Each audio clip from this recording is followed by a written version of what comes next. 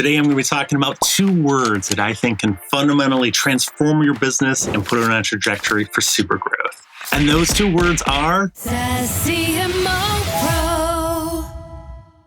Hey guys, Bill Macaitis, former CMO CRO at Slack, former CMO at Zendesk, and former SVP of Marketing at Salesforce. All right, I left you hanging there. Let's dive into it. What are the 2 words that I think can fundamentally transform your business? Beautifully simple. So these are 2 words. This was the axiom that we used at Zendesk. The more I think about it in retrospect, the more I just love those words. And let me tell you why, I think they're so powerful and how we integrate it into our strategy. So you kind of we put it in a Wayback Machine, and you kind of think of how software used to be sold before the SaaS revolution came along, was you would basically have you would just build the software. To be honest, it was really normally very crappy. And you would have an army of salespeople, right? Sales and marketing would be 80% of your company. You'd have 7 developers making this product, and this army of salespeople and marketers would go out and they would sell into enterprises because they're the only ones that had, money to buy this. You'd price it really high. You would sell top down into the org. You generally would sell to the CIO or the CTO, and they would buy software on behalf of these functional teams. So in Zendesk case, they would buy it on behalf of the customer support team. And when the customer support team's oh, here's your new software, it would be incredibly hard to use. I remember Mikkel telling me, he was the CEO of Zendesk when I was there, when they would do this, he actually used to work on integration teams where when they started using the software, they would have a manual that was this thick, right? And they'd have to give it to every one of the customer support agents to figure out just how to use the software, right? It was the most complex, hardest to use software. And today, those types of software still exist. I was advising a company and I went to send off my invoice to them. And they're oh, it was a very large company. You have to use this software. And I logged in or whatever. And I'm just trying to submit a piece of invoice. This should be simple. I have the invoice. It's where do I drag it, right? That should be end of story. I kid you not. It took me an hour to figure out how to do this. There were, 100 options within the software. Everything was 6-point font. It was so confusing.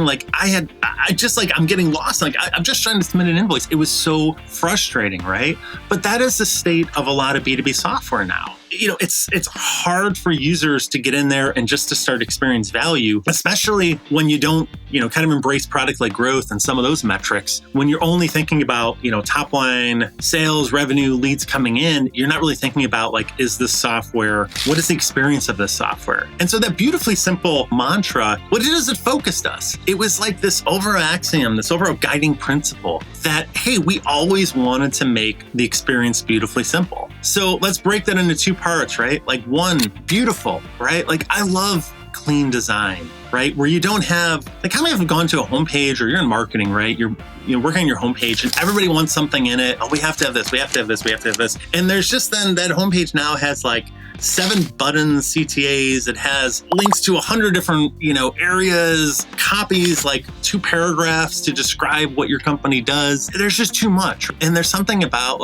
having, a beautifully simple UI, navigation, a path. And these are all your assets, right? I'm not even talking just about the product now. I'm talking about, your website, your marketing, your collateral, your first call deck, when you get into the onboarding, what is that process like? What is, the first feature that you're going to use? What is that process like? That's something I really took with me. And one of the reasons I decided to work with Slack was Stuart really believed in that as well. He spent so much time walking through the UI, the navigation. What does that experience look like? Having a beautiful product, a beautiful website, it's just, I don't know. There's something, I think Apple's obviously tapped into that. There's something just, just wonderful about it that people gravitate toward, that they want to, they want to be part of, they want to spend more time in. Let's talk about the second part, the simple part. I already gave you several examples. I'm sure you can think of it, right? Of software that you go in, the first time user, and it's just hard to use, right? Even sometimes the sign up is you're going through 19 different steps. I once advised this company and we were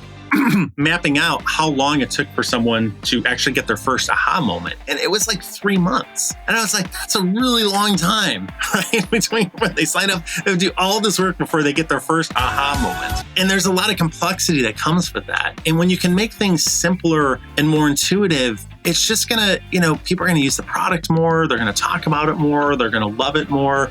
You have all these good side effects that come from it. So sometimes I'm a big advocate too of polish your polish your UI, polish your most used features. Don't always just build new features, right? The problem, like, I see a lot of product roadmaps where everything is just a new feature. And if you think about it, a lot of times, like, when you first start off with your software, as a CEO, you're like, oh, it's beautifully simple. It's great. And then as you grow and as you start selling into more segments, you're adding new feature, new feature, new feature, new feature, new feature. And I call it like the Photoshop effect, right? Where at one point in time, I could use Photoshop. It was like, I could crop a photo, I could do some cool little effects. And then like more and more and more features kept getting added and added and added. And eventually, like, I can't even figure out how to crop a photo anymore. And basically I just switched to another piece of software. And that happens with a lot of B2B SaaS software too, is you just keep adding and adding and adding. You're just making it more complex. So like, for instance, at Slack, what a lot of times we do is we would go back to a feature that was just highly used, but we go, couldn't we polish this more? Can we improve it? Can we redo the sign-up flow? I know a lot of times, like, the sign-up flow is the first thing you build and you don't touch it for another 5 years. A lot of the features